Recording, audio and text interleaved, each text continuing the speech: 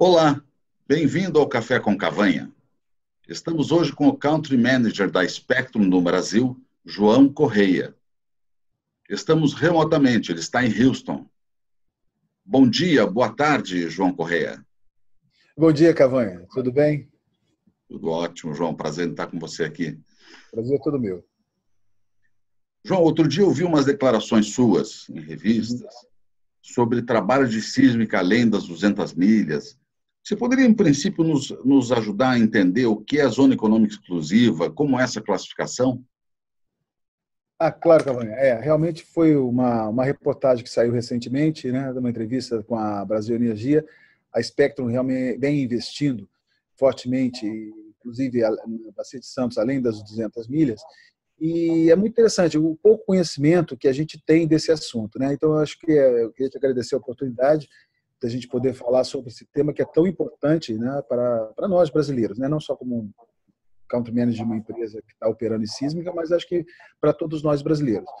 A história, acho que vale a pena falar um pouquinho sobre a história, né, do que é a zona econômica exclusiva, como isso entrou na pauta internacional, como os países reagem em relação a isso. Na verdade, tudo começa com a Convenção Nacional das Nações Unidas sobre os Direitos do Mar, né, que foi uma convenção que ocorreu, a elaboração dela ocorreu desde 1976 até 1975, todas as diretrizes que hoje são aceitas por todos os países, levou todo esse tempo para ser elaborado, com a participação de todos os Estados-membros das Nações Unidas, e ela entrou em vigor em 1994. Né? Ela traz conceitos bastante importantes. Né?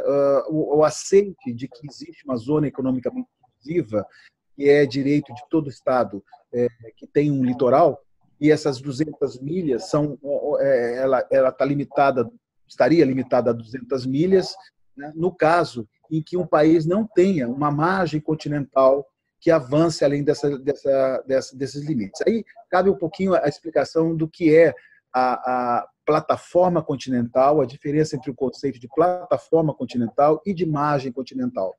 A plataforma continental é um termo jurídico, né? É o espaço no mar onde o país tem direito de exclusividade no exercício das atividades de exploração econômica, né, de segurança, ou de não explorar. Né? O Estado tem o direito de explorar, de fazer pesca, fazer exploração de petróleo, ou de não fazer nada. E nenhum outro Estado pode entrar e usar desse espaço, porque ele é soberano para o Estado que é signatário dessa convenção da ONU. E a margem equatorial já é um conceito geológico, geomorfológico, que estabelece a continuidade do território terrestre avançando sobre o mar. Né? Isso aconteceu nessa convenção. Essa convenção foi muito interessante porque ao final dela, ela adotou dois conceitos. Ela adotou o conceito de 200 milhas para aquele país que não tem extensão, né, para as áreas onde não há extensão dessa margem continental além das 200 milhas, e para aqueles países que tenham essa situação, ela estabeleceu que essa convenção das Nações Unidas ela entrou em vigor em 2004, e ela deu um prazo de 10 anos para que as nações que estivessem nessa situação fizessem o pleito à ONU. Depois, esse prazo de 2004 foi estendido um pouco, foi estendido até 2008, mas o Brasil, nós apresentamos, em 2004, nós apresentamos esse pleito, né? Onde a gente, como nós temos uma plataforma, uma margem continental que se estende muito além desses limites, o Brasil apresenta esse pleito à ONU e esse pleito foi analisado. Né? Foi analisado, na verdade, quem analisa esse pleito é a Comissão de Limites da Plataforma Continental, também criada durante a Convenção. Essa comissão é uma comissão de 21 membros, eles não representam o Estado, eles representam, eles são nomeados pelos Estados-membros. Nós temos, por exemplo, a honra, né? O Brasil tem a honra de ter o contra-almirante Ribas, um brasileiro que está lá, é um desses 20 membros. Ele foi recentemente reconduzido por mais um mandato de 5 anos. Comandante Ribas, você tem uma ideia de como, do reconhecimento, né, da importância não só do Brasil, mas como desse profissional, ele, de 163 países signatários da convenção, ele recebeu 160 votos, né? Então, e é essa comissão que analisa os pleitos dos países que submetem. Então, o Brasil, nós submetemos a proposta em 2004. Em 2007, nós recebemos resposta, né? Nós pleiteamos, Cavanha, nós pleiteamos um território relativamente quase 1 milhão de quilômetros quadrados. Para você ter uma ideia da dimensão do que nós pedimos de extensão, isso representa os estados do Rio Grande do Sul, Santa Catarina, Paraná e São Paulo juntos. Então, você imagina a responsabilidade, né, de quem está levando à frente esse pleito, do que vai trazer de riquezas para o nosso país, aí incluído todo o pré-sal da Bacia de Santos. Tá? Então, não é ao longo de toda a costa que é o pedido, é só uma mini-região, monstra região, que foi... Exato, Cavanha. Então, nessa convenção, né, na Convenção das Nações Unidas, houve uma grande discussão e alguns conceitos entraram para critério do aceite desse pleito. O primeiro critério é 200 milhas tendo você extensão além de imagem da plataforma, você não tem que provar nada. Você 200 milhas é um default.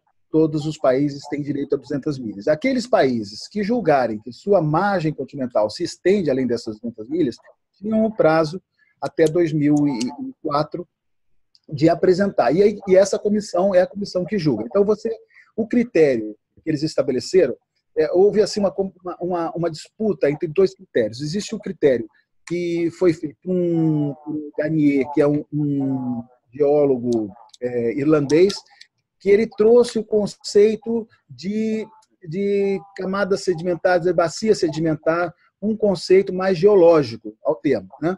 E tinha uma outra proposta que levantava mais a questão morfológica, a proposta de Hedberg, que estabelecia o limite na base do talude.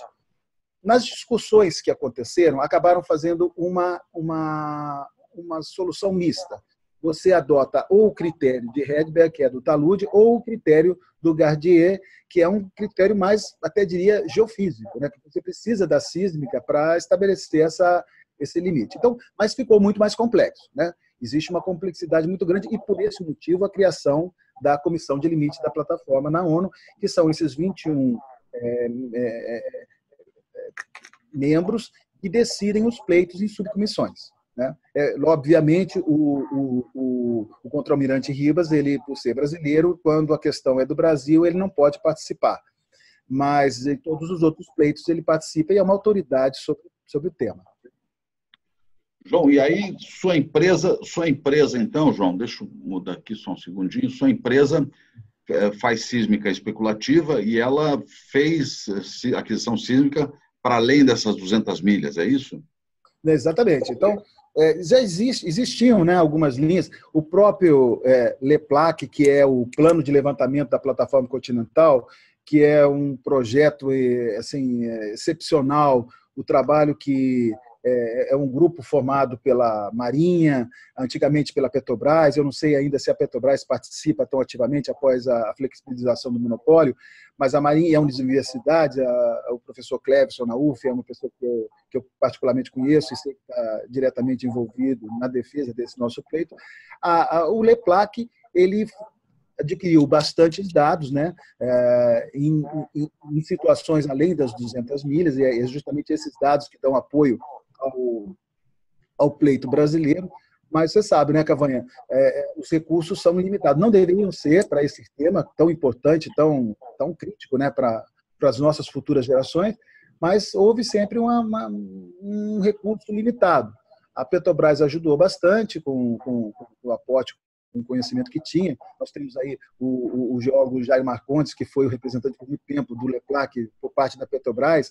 Quer dizer, nós tínhamos aí um time de primeira trabalhando E graças ao trabalho e ao esforço desses brasileiros é que a gente conseguiu avançar, e no nosso pleito nós fomos atendidos em 80%. Hoje, o que está em discussão, porque essa comissão ela homologa, né? Ela legitima o pleito das nações. As nações são soberanas para solicitar a sua expansão. Quem submeteu até 2004 cumpriu com a obrigação que está contida nos artigos lá da Convenção. Então, e o país é soberano para definir os seus limites. Essa comissão existe para homologar essa discussão.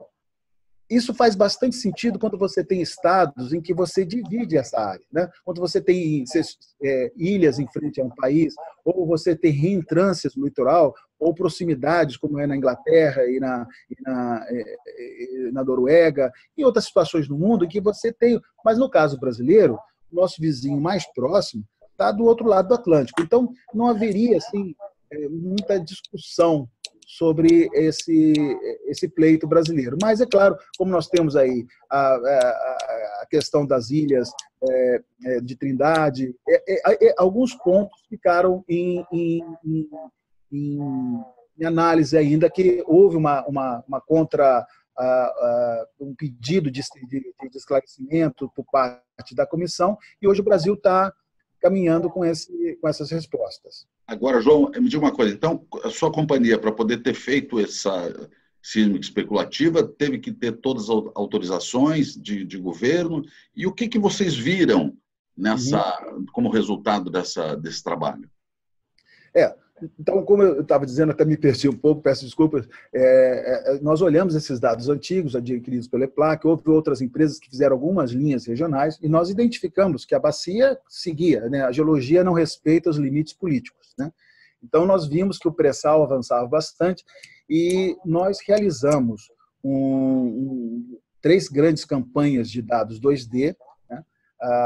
Além das 200 milhas. Nesse período, não estava muito clara qual eram as regras. Nós procuramos a ANP, procuramos o IBAMA, e a resposta que a gente teve foi que não havia uma regulação formal nessa área além das 200 milhas. Depois, nós pesquisando um pouco, nós vimos que existe sim uma resolução da CIRM, que é a Comissão Interministerial de Recursos do Mar, que é uma instituição também criada justamente para administrar essas áreas, administrar esse pleito, né? É uma comissão interministerial que acompanha de perto todas as ações realizadas e todos os desdobramentos que são resultantes desse nosso pleito. Então, a CIRM diz explicitamente, numa de suas resoluções, que a ANP e DNPM devem regular essa área entre as 200 milhas e o pleito brasileiro na ONU. Então, sabendo disso, quando nós fizemos 2D, nós vimos realmente potenciais incríveis, nós vimos muita coisa. O pré-sal se prolonga enormemente. Nós temos agora um detalhe que até nós oferecemos à Marinha usar os nossos dados nessas áreas, apesar de não termos a obrigação de entregar esses dados à ANP, nós assumimos, reconhecendo o pleito brasileiro, nós enviamos cartas a Marinha, a IBAMA e a ANP, oferecendo os dados que nós estamos adquirindo e assumindo o compromisso de, nesse território, atuarmos exatamente como é exigido em território nacional dentro da ZEE. Então, a gente vem cumprindo,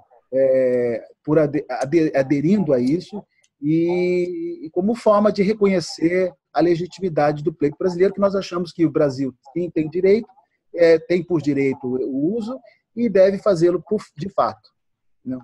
Agora, João, me diga uma coisa, quer dizer, então vocês conseguiram, acho que é interessante essa questão das autorizações e do bom relacionamento com o Estado todo, né, do Brasil.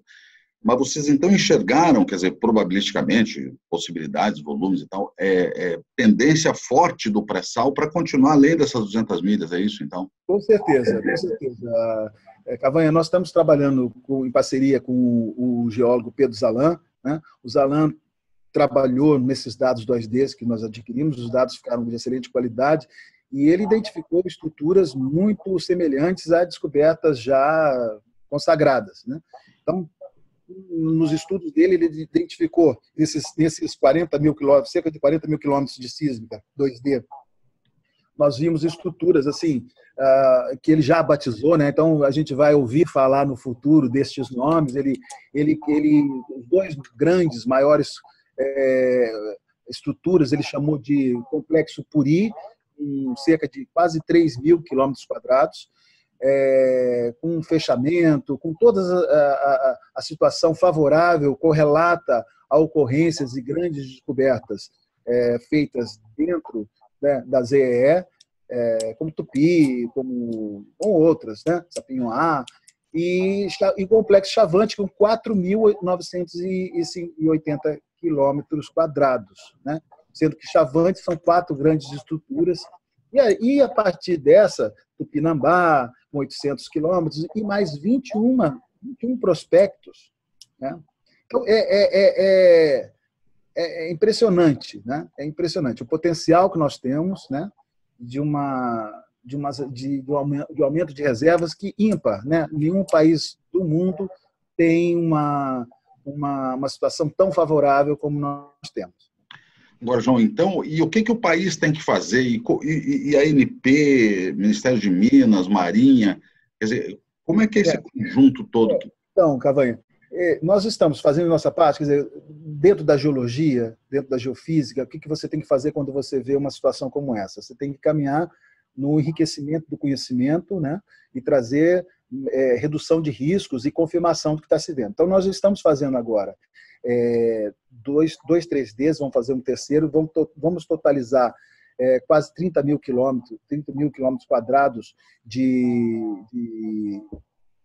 sísmica 3D. Nós estamos hoje atuando em águas internacionais, na porção de águas internacionais que nós não necessitamos de licença ambiental, nós estamos operando, apesar de informar o IBAMA, e estamos aguardando, provavelmente nos próximos dias, deve sair uma licença para que o nosso projeto, que está hoje ocorrendo em águas internacionais, possa se deslocar e seguir em águas nacionais, seguindo as estruturas que estão não respeitam essa barreira das 200 milhas.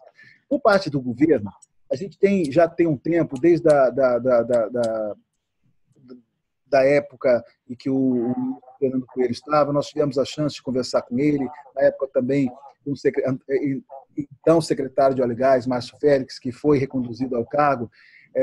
Nós tivemos conversas muito boas mostrando o que nós estávamos descobrindo, e houve um grande interesse por parte deles, por parte do IBAMA, né? O IBAMA tem que se preparar, porque nós sabemos que o IBAMA tem uma limitação de recursos humanos para trabalhar, e com essas descobertas, com essa incorporação, aumenta o Brasil, né? A área que eles vão licenciar vai aumentar, o conhecimento que tem que ser gerado vai aumentar. Então, eu acho que é preciso agora que o Estado brasileiro tome posse, de fato, daquilo que lhe é de direito. E para que isso aconteça, é necessário haver informação, né? Acho que poucos brasileiros, a não ser esses que estão diretamente envolvidos com o pleito, têm conhecimento profundo sobre o caso, né? O Brasil, por exemplo, nada impede, absolutamente nada impede que o Brasil venha amanhã oferecer blocos nessa situação. Isso foi feito pelo Canadá. O Canadá ele submeteu o pleito tal qual nós. Eles estão ainda em análise, estão aguardando a homologação por parte da Comissão de Limite da Plataforma Continental, mas mesmo assim eles fizeram uma licitação, eles ofereceram blocos, os blocos foram arrematados, a Equinor ela fez uma descoberta no bloco, e agora a discussão está em outro patamar, porque como sobre esta área, Cavanha, como você está entrando numa área que supostamente pertence à humanidade, né? Porque toda área que não for pleiteada por uma nação, por um Estado, ele é patrimônio da humanidade. E quando você faz esse pleito, você tem que pagar um royalty à ONU a título de você estar usando um recurso que supostamente poderia ter sido do patrimônio da humanidade. Então, há regras aí, 1% após 5 anos, começa a crescer 1% a mais, até 7%. Hoje, no Canadá, eles estão discutindo quem é que paga esse royalty, se é Equinor ou se é o Estado canadense. Ou seja, eles já viraram a página, já estão criando um novo, já deram um passo adiante. um caminho que o Brasil deve seguir.